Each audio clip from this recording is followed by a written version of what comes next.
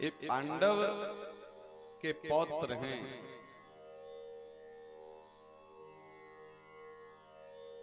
अर्जुन के पुत्र अभिमन्यु और अभिमन्यु और उत्तरा के पुत्र परीक्षित जी हैं। इनकी पूरी परंपरा रही है भगवान की भक्ति की। आप देखें तो महाराज परीक्षित की जो माँ उत्तरा, ऐसी अनन्य भक्ति, जब अश्वत्थामा के द्वारा उत्तरा के गर्भ में बाण मारा गया, सामान्य बाण नहीं, ब्रह्मास्त्र का संधान किया गया, तो पास में पूरा परिवार खड़े थे, पर उत्तरा की दृष्टि किसी पे नहीं गई। उत्तरा के मुखारविंद से सबसे पहले जो पुकार निकली, भागवत जी का दिव्य मंत्र है, पाहि पाहि महायोगिन देव देव जगतपते। हे योगेश्वरों, हे योगियों के ईश्वर योगेश्वर, हे जगत के पति जगतपति जगदीश, आप हमारे गर्भ में पल रहे पांडव के अंतिम वंश बीज की रक्षा करें। देखिए, हम जब पूजा रूम में होते हैं, मंदिर में होते हैं, तीर्थ में होते हैं, तब किसका भजन करते हैं वो सेकेंडरी मैटर है।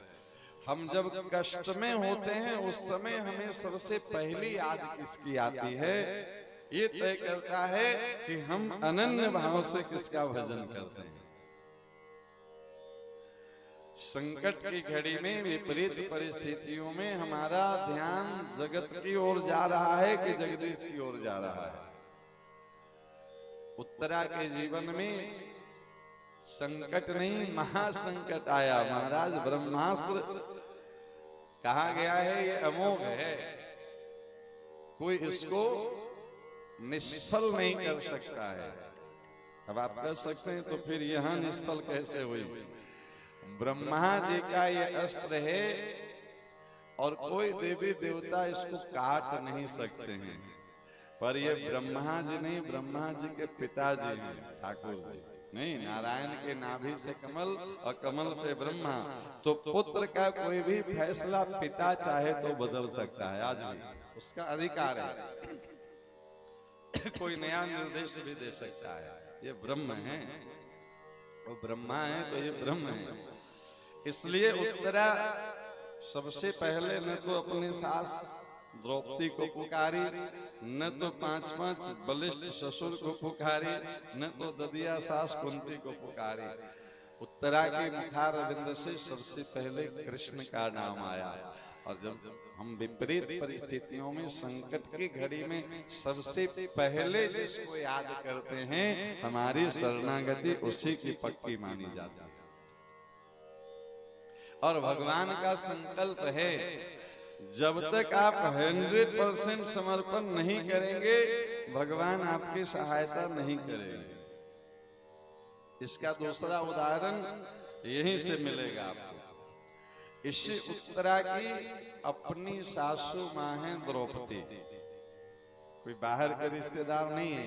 और संकट द्रौपदी पे भी आया था। कौन सा? जब अपनी ही सभा में अपने घर के ही लोग, दुशासन कोई दुश्मन नहीं था, अपने चाचा ससुर का लड़का था। दुर्योधन के कहने पर दुशासन जब उसकी साड़ी खींच रहा था, तो सबसे पहले दृष्टि गई द्रौपदी की अपने 5 पतियों की ओर कि हमारे 5-5 महावीर पति हैं। कोई धर्मराज हैं, तो कोई धुरंधर गदाधारी हैं, तो कोई धनुष में अपने आप को महारत हासिल किए रखे हैं। अपनी 5 पति की ओर द्रौपदी देखी। 5 पति पहले ही हार चुके थे, अपने आप को दासत्व स्वीकार कर लिए थे, 5 ने सिर झुका लिया। फिर द्रौपदी की दृष्टि गई सभा में, जो राजगुरु, जो धर्म गुरु, कुल गुरु कृपाचार्य, राजगुरु द्रोणाचार्य, दोनों विराजमान थे। बोले आप तो गुरुदेव हैं, आप तो रक्षा कर सकते हैं। उन्होंने भी सर झुका लिया। फिर उसकी दृष्टि गई अपने कुल के बुजुर्ग भीष्म पितामह की ओर। भीष्म पितामह भी अपने आप को विवश बता रहे थे। धृतराष्ट्र को देखता ही कहा, वो तो नेत्र ही नहीं था। जब सभा के सारे लोग नजर फेर लिए तब द्रौपदी ने अपनी दांत से साड़ी को दबा ली, अपना बल का फिर। लेकिन जब उसको पता चला कि दुशासन का बल के सामने हमारे कुछ चलने वाली नहीं है, तब उसने दांत और हाथ दोनों को छोड़ दिया और दोनों हाथ ऊपर करके भगवान को पुकारा, बिनु काज आज महाराज लाज गई मेरी, दुख हरो द्वारिका नाथ शरण में तेरी। जब वो भगवान को पुकारी तो भगवान को आने में एक क्षण देर नहीं लगा। अच्छा, भगवान कहीं गए थोड़े थे, भगवान उसी हस्तिनापुर में थे, लेकिन देर क्यों हुई? क्योंकि दुखहरो द्वारिका नाथ, हो द्वारिका नाथ कह के पुकारे थे तो एक क्षण विलंब कर दिए ठाकुर जी। बोले तुम जब द्वारिका नाथ कह के पुकारे तो हम पहले हस्तिनापुर से द्वारिका गए, फिर द्वारिका से यहाँ आए। ये लीला ठाकुर जी क्यों किए?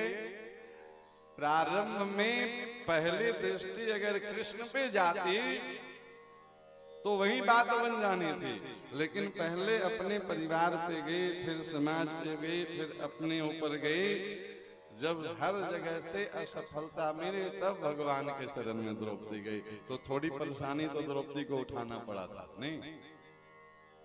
उत्तरा को एक सेकंड की परेशानी नहीं उठानी पड़ी जी।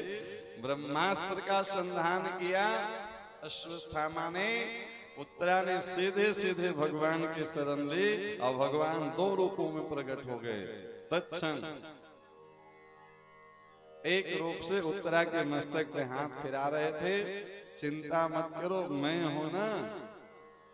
और दूसरे रूप से सूक्ष्म रूप लेकर के उत्तरा के गर्भ में प्रवेश करके और गर्भस्थ शिशु की परिक्रमा करके रक्षा की। रक्षा तो द्रौपदी की भी हुई और रक्षा उत्तरा के गर्भ की भी हुई, पर द्रौपदी थोड़ी तो परेशान हुई। साड़ी खींची गई, पांडवों की ओर देखी तो पांडव सिर नीचे किए, जब कृपाचार्य को देखी वह भी सिर नीचे किए। हर तरफ से निराशा लगी तो दोबारा द्रौपदी कृपाचार्य की ओर देखी। पता है दोबारा क्यों देखी थी? दोबारा इसलिए देखी थी कि एक तो आप गुरुदेव हैं और दूसरे आपके नाम में कृपा लगा हुआ है, नहीं आप कृपाचार्य हैं, और कृपा जिसके नाम में हो वो कृपा न करे तो फिर हम किसके शरण में जाएं? दुर्योधन के डर से कृपाचार्य कुछ बोल तो नहीं पाए, पर दोबारा जब द्रौपदी कृपाचार्य की ओर देखी तो कृपाचार्य ने इशारे से अपनी एक उंगली ऊपर कर दी। इंसान को इशारा काफी होता है, समझदार द्रौपदी समझ गई। ऊपर उंगली करके द्रोणाचार्य बताए, करे महारानी तुम इस धरती के वासियों पे भरोसा छोड़ो और ईश्वर के ऊपर अपने आप को समर्पित कर दो, तुम्हारी रक्षा हो जाएगी। गुरु का संकेत समझ गए द्रौपदी और गुरु आज्ञा करी ऐसे। गुरु जी ने हाथ ऊपर उंगली उठाया, द्रौपदी ने साड़ी छोड़ी, उंगली नहीं पूरा हाथ ऊपर कर दिया कि प्रभु अब आपकी समर्पण, आपके चरणों में दासी का समर्पण। 10 सेकंड में ठाकुर जी ने द्रौपदी के काज ब्रजराज भय बजाज आज लाद के पाप लाद के जहाज पट द्वारिका से धाये हैं। आज महाराज बजाज बने, फैक्ट्री खोल दिए साड़ी की। इतनी साड़ी इकट्ठा हो गई कि 10,000 हाथियों का बल रखने वाला दुशासन साड़ी खींचते खींचते थक गया, पर उसका कुछ बिगाड़ नहीं सका द्रौपदी का। इस प्रकार से ये दोनों कथा हमें बताती है कि हमारा पहला समर्पण जहां होता है हम वहीं के शरणागत माने जाते हैं। इसलिए भगवान का एक संकेत है कि आप जगत का भरोसा छोड़ो और जगदीश के चरणों में अपने आप को समर्पित कर दो, तुम्हारे जीवन में कभी विपरीत परिस्थितियां आएगी ही नहीं।